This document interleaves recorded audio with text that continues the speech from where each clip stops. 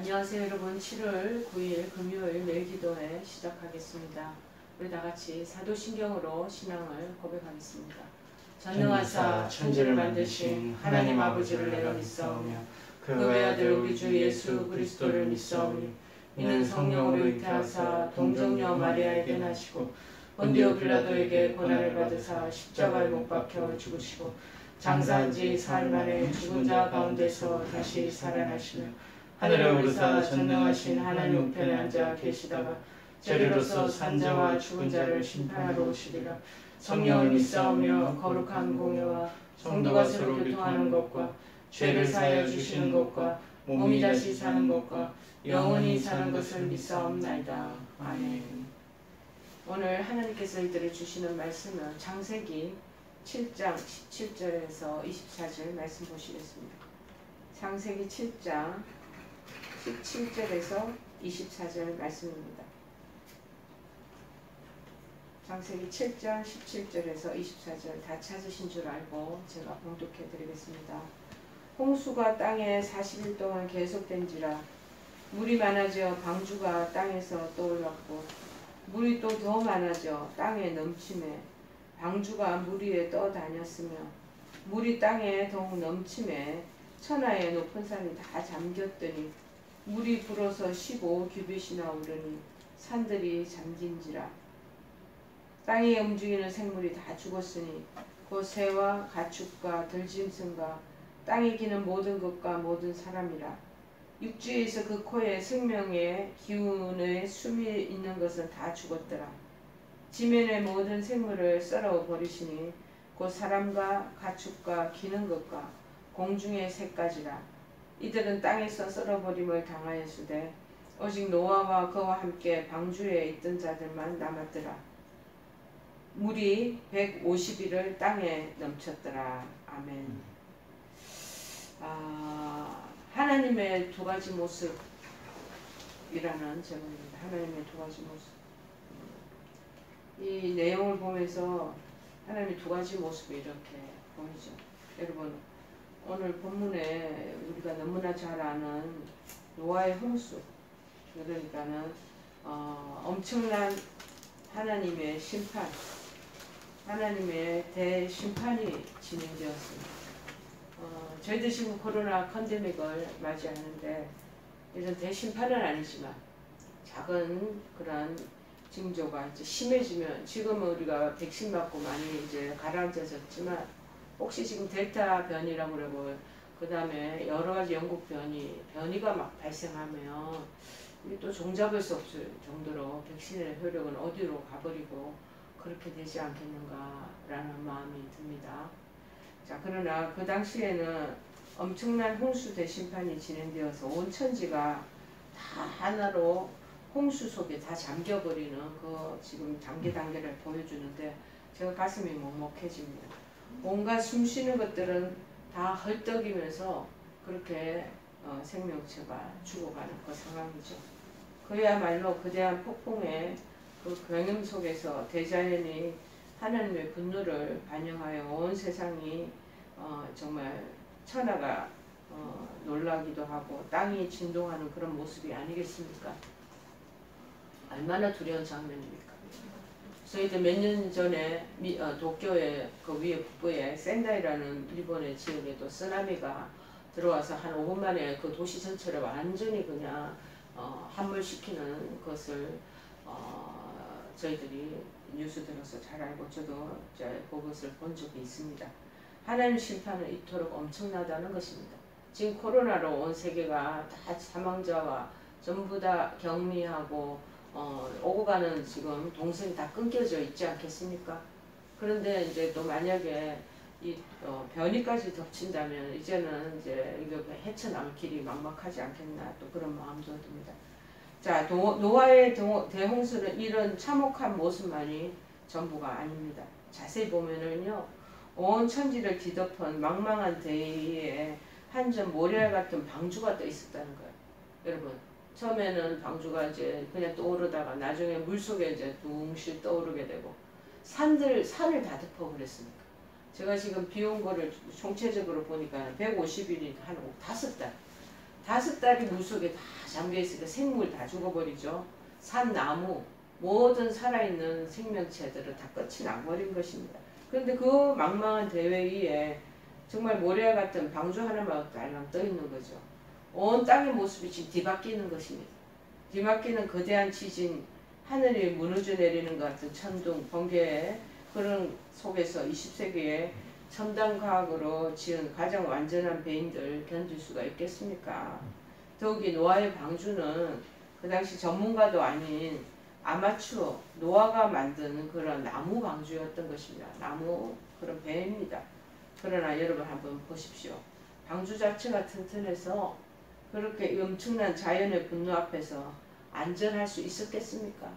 내리다지 비가 그냥 위에서 계속 오면, 여러분 우리나라도 장마철 7월달에는 맞이하게 되는데요. 한 3박 4일 정도 계속 비만 내리면 정말 무섭더라고요. 그런데 이제 태풍 몰아치죠. 그 다음에 그냥 온 간판이나 빌딩의 모든 이런 네온사인 다 떨어지죠. 그 다음에 집들도 물에 다 잠겨버리는 거 한번 뉴스를 통해서 한 생각을 해보십시오.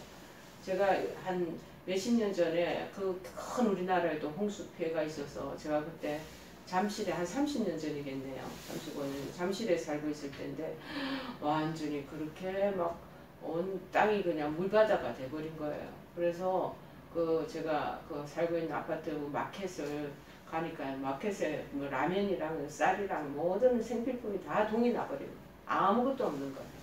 그래서 겨우 몇 개만 이렇게 건지고 왔는데, 만약 그런 게 심하게 된다면 이제는 뭐 사람들 이제 아귀 다툼이 생기지 않겠습니까? 참 무섭더라고요. 자연의 이 재해가 얼마나 우리를 공포에 들게 하는지 모르겠습니다. 자, 그러나 이 자연의 분노 앞에서 안전할 수 없지만 하나님께서는 또 암탉이 병아리를 품듯 이 초라한 방주를 품어 지켜주셨기에 노아를 비롯한 그 온 8 가족들이 안전하게 그곳에 태워질 수 있었습니다. 여기서 우리 노아 그 식구들을 향한 하나님의 뜨거운 사랑을 느낄 수 있습니다. 온 천지가 다 물에 잠겨서 대심판이 시작됐는데 그 작은 방주 하나의 그 8명 식구는 하나님이 딱 지금 보호하고 계시는 것이 느껴지지 않겠습니까? 주변은 전부 다 지금 심판으로 모든 것이 지금 공포와 죽음의 상황인데 거기에 희망의 불빛이 하나 딱 단거라니 떠 있다는 것을 한번 머릿속으로 상상을 해보십시오. 이처럼 우리는 노아의 대홍수 속에서 하나님의 2가지 상반된 모습을 발견할 수가 있다는 것입니다. 먼저는 불의를 심판하시는 하나님의 모습, 즉 공의, 그 공의의 모습, 이 하나님을 정말 믿고 의지하는 그러한 신앙에 벗어나서 타락과 그 다음에 그러한 멸망의 길로 나가던 그들을 완전히 다 쓸어내고 새로 만드시겠다. 새로운 세계를 만드시겠다.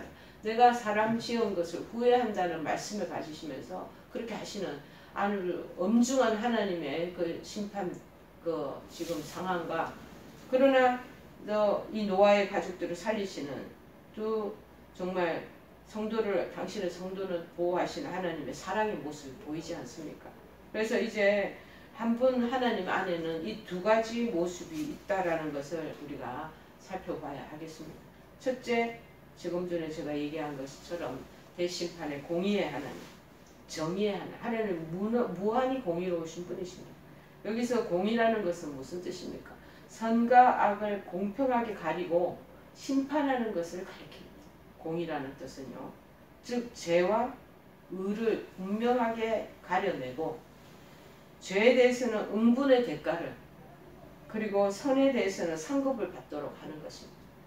하나님은 어떤 경우에서도 절대 죄를 그냥 못 본 척 내버려 두시지는 않으시다는 사실입니다. 그리고 반드시 그 죄를 찾아내고 심판하신다라는 것입니다. 혹 사람들은 재판할 때 죄에 대해 어느 정도 상황에 따라 용서도 해주기도 합니다.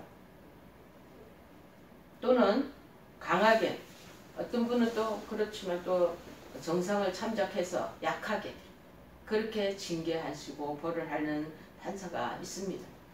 자, 그런데 하나님은요, 하나님께서는 죄에 대한 심판에 있어서만큼은 결코 눈꽃만큼 변함이 없으시고 한결같게 심판하신다.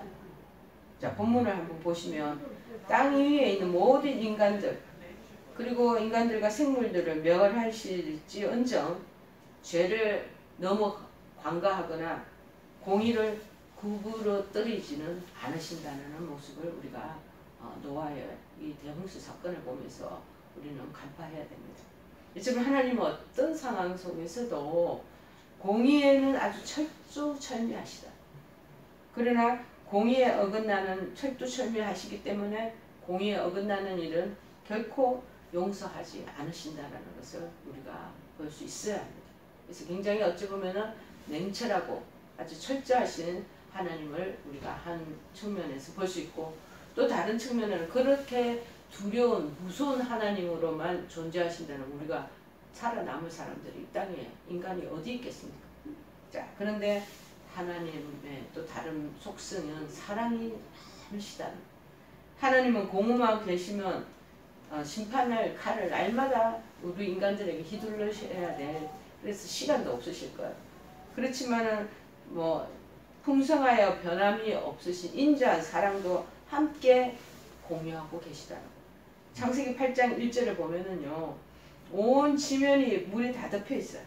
자, 온 지면이 하나님이 8장 1절 보면 노아와 그와 함께 방주에 있는 모든 들짐승과 가축을 기억하사 하나님의 바람을 땅 위에 불게 하심에 물이 줄어들었고 그렇게 말하고 있습니다.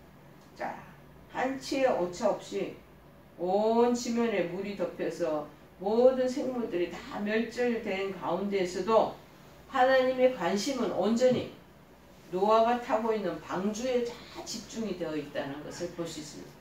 99%를 다 그냥 생명체가 다 죽어버리게 만드시고 당신의 그 온전한 그 사랑으로 노아의 방주에 겨우 하나 타고 있는 그 가족들을 계속 주시하고 계시다는 것입니다.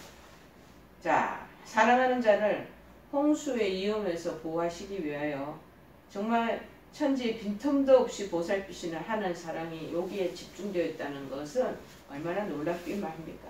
또한 온 대지가 다 심판으로 멸절되었지만은 심판 후에 하나님은 그것들을 놀랍게 또다시 얼마 있다 회복시키시는 것. 그것을 또 볼 수 있지 않겠습니까? 시편 기자는 시편 145편 9절에서 말합니다. 여호와께서는 만유를 선대하시며 그 지으신 모든 것에 긍휼을 베푸셨습니다. 그렇게 말합니다. 이처럼 하나님은 공의에 철저하신 만큼 사랑에는 또 무한정하게 풍성하시고 끝이 없도록 사랑해 주신다는 것을 우리에게 말씀하고 계시는 것입니다. 그래서 공의와 사랑은 함께 병역구줄로 나타나고 있다는 것을 우리가 기억해야 됩니다. 그러면 어떤 사람은 이런 의문을 제기할 수도 있겠습니다. 하나님이 공의를 시행하실 때는 사랑이 전혀 없으신 건가? 또는 하나님의 한없는 사랑을 베푸실 때는 정말 조그만 공의도 없으신 건가? 이렇게 생각할 수가 있습니다. 자, 그런데 어느 한편으로 하나님 기울여져서 균형이 이렇게 기울어지도록 하지 않으신다는 것입니다. 하나님의 공의와 사랑은 따로따로 나타나는 것이 아니라는 것. 오히려 가장 혹독한 공의 속에 혹독하고 무섭고 매서운 칼바람이 있는 것 같은 그 공의 속에 또 더 깊은 사랑이 거기 섬여 있는 데도 있다는 것. 또 가장 풍성한 사랑을 베푸시는 것 같은 그 사랑 속에도 굉장히 더 엄격한 공의를 가질 수가 있다는 것입니다. 우리 인간은 그러지 못하죠. 공의와 사랑에 대한 이 균형 잡힌 이 조화를 이루지 못하는 것이 우리 인간의 한계인 것 같습니다. 아주 엄한 벌을 내리기도 하지만 그 다음 그 속에 진정한 사랑으로 그 사람을 살려내는 그런 마음은 몇 프로가 되겠느냐는 거죠. 그런데 하나님은 항상 이 공의 속에서도 사랑을 가지고 내포하고 계시고 큰 사랑이 무중무중하게 있으시는 것 같지만은 그 안에서 죄를 또 간과하지 않으시고 공의를 또 거기서 하나님께서 그렇게 펼치시고 이렇게 하신다는 거예요. 예를 들어 보면은 하나님 하나뿐인 사랑하는 아들 예수 그리스도를 십자가에서 피 흘려 죽게 하시죠. 그리스도께서 고통 속에서 부르짖는 장면은 참 이게 기억납니다. 나의 하나님 엘리 엘리 라마 사박다니 나의 하나님 어찌하여 나를 버리시나이까 하고 부르실 때조차도 하나님은 아무런 응답을 하지 않으시고 응답조차 하지 않으고 내버려 두시잖아요. 그러면 하나님께서 왜 그렇게 냉정했었나 라고 생각이 드실 수도 있습니다. 그것은 우리 같은 죄인들을 너무나 사랑하셔서 구원은 하시지만 결코 그 죄에 대해서는 그냥 관가하고 넘어가시지 않는 하나님의 공의 때문이랄까. 즉 그 옛날에 죄인은 꼭 죽어야만 한다는 법을 세우셨다라는 것입니다. 그런데 아담이 죄를 지었잖아요.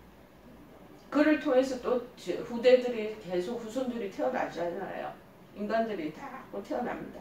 그런데 단 한 사람도 예외 없이 모두 다 죄인이 되었던 것입니다. 그러니 모든 사람이 다 죽어야만 마땅하지 않겠습니까? 그리고 또 꼭 죽어야만 하나님의 공의가 흔들리지 않고 그 법칙대로 흘러가는 것이죠. 그래서 하나님은 죄인들의 일부를 극히 사랑하시어 그 죄인을 살려 주시고 대신 당신의 아들 독생자 예수 그리스도가 죽게끔 만들어서 당신의 공의가 훼손되지 않도록 하신 것이라. 자, 굉장히 이거는 품격 있는 차원 높은 그러한 공의와 사랑을 지금 말하고 있는 것입니다. 이것을 역으로 말하면요, 당신의 아들을 죽이시면서까지 우리를 사랑해 주신다는 십자가 안에는 그 사랑이 내포되어 있다는 것입니다. 자, 그러니 여러분, 예수님을 십자가에서 죽게 하신 그 냉정함 속에 깊이 감추어진 하나님의 사랑이 얼마나 지대하다는 것을 우리가 미루어 충분히 짐작할 수 있지 않겠습니까? 하나님은 우리를 사랑하십니다. 사랑하시되 사랑하는 당신의 그 독생자 외아들을 십자가에서 죽게 하시고, 정말 십자가 위에서 나의 하나님, 나의 아버지여 어찌하여 나를 버리시나이까? 그 부르짖는 그리스도, 당신의 아들 외아들 부르짖는 거, 우리는 그러면은 당장 쫓아갈 겁니다. 생전에 우리 부모라면. 근데 그거를 외면하시기까지 우리를 사랑하시기 위해서 그 아들 그렇게 방치하고 냉철하게 공의로 다스리시잖아요.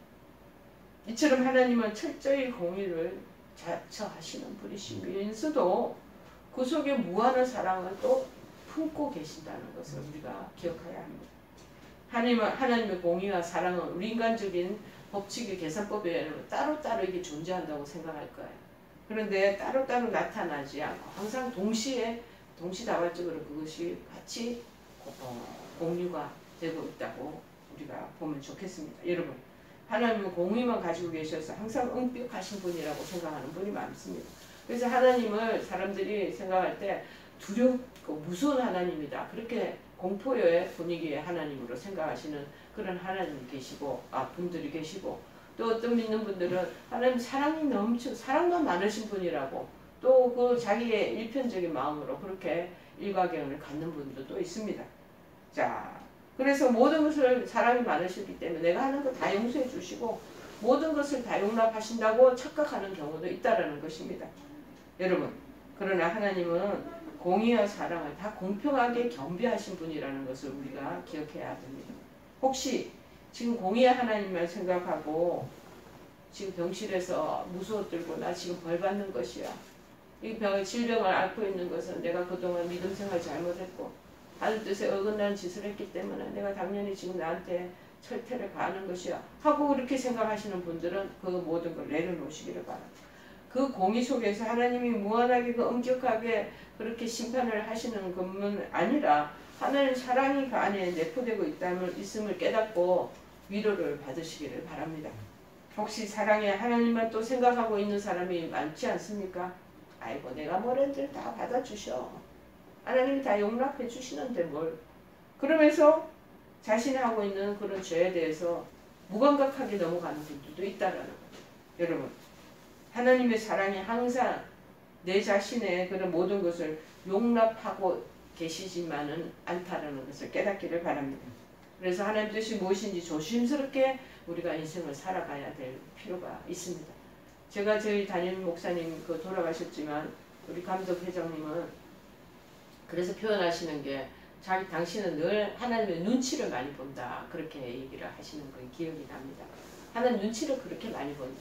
왜냐하면 하나님 무궁무진한 사랑이시지만 그 안에 혹시나 내가 잘못하고 내가 그 외길로 저 하나님 뜻에 잠깐 위배되는 행위를 해서 잘못한 게 있으면 하나님이 공의를 다스리신다는 그 마음이 있기 때문에 어찌든지 하나님 기쁘신 쪽으로 자기가 선택해서 걸어가야 된다는 거 아시기에 늘 하나님 눈치를 보신다. 그렇게 말씀을 하시는 것이 기억이 납니다.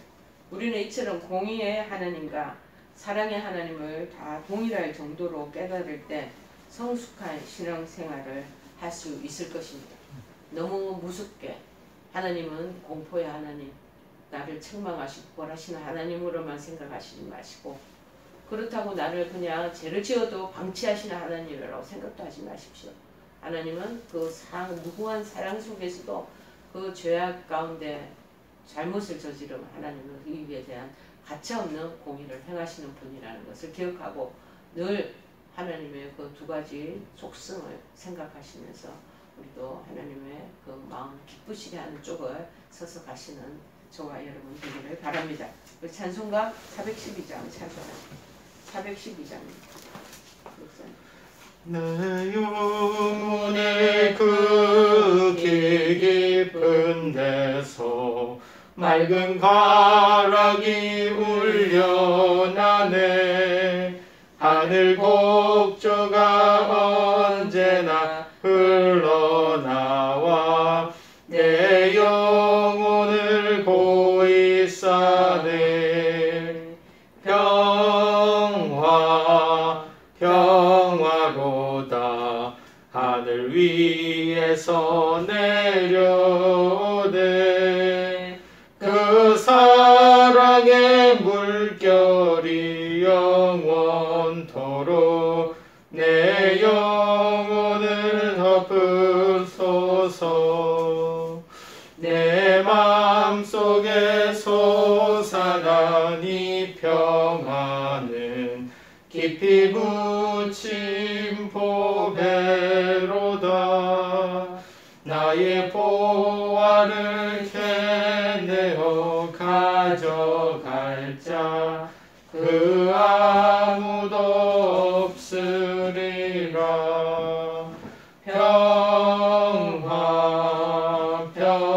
평화로다 하늘 위에서 내려오네. 그 사랑의 물결이 영원토록 내 영혼을 덮으소서. 우리 다 같이 주기도문으로 매 기도를 마치겠습니다. 하늘에 계신 우리 아버지여, 이름이 거룩히 여김을 받으시오며 나라의 마옵시며 뜻이 하늘에서 이룬 것 같이 땅에서도 이루어지이다. 오늘날 우리에게 일용할 양식을 주옵시고 우리가 우리에게 죄 지은 자를 사하여 준 것 같이 우리의 죄를 사하여 주옵시고 우리를 시험에 들게 하지 마옵시고 다만 악에서 구하옵소서. 대개 나라와 권세와 영광이 아버지께 영원히 있사옵나이다. 아멘.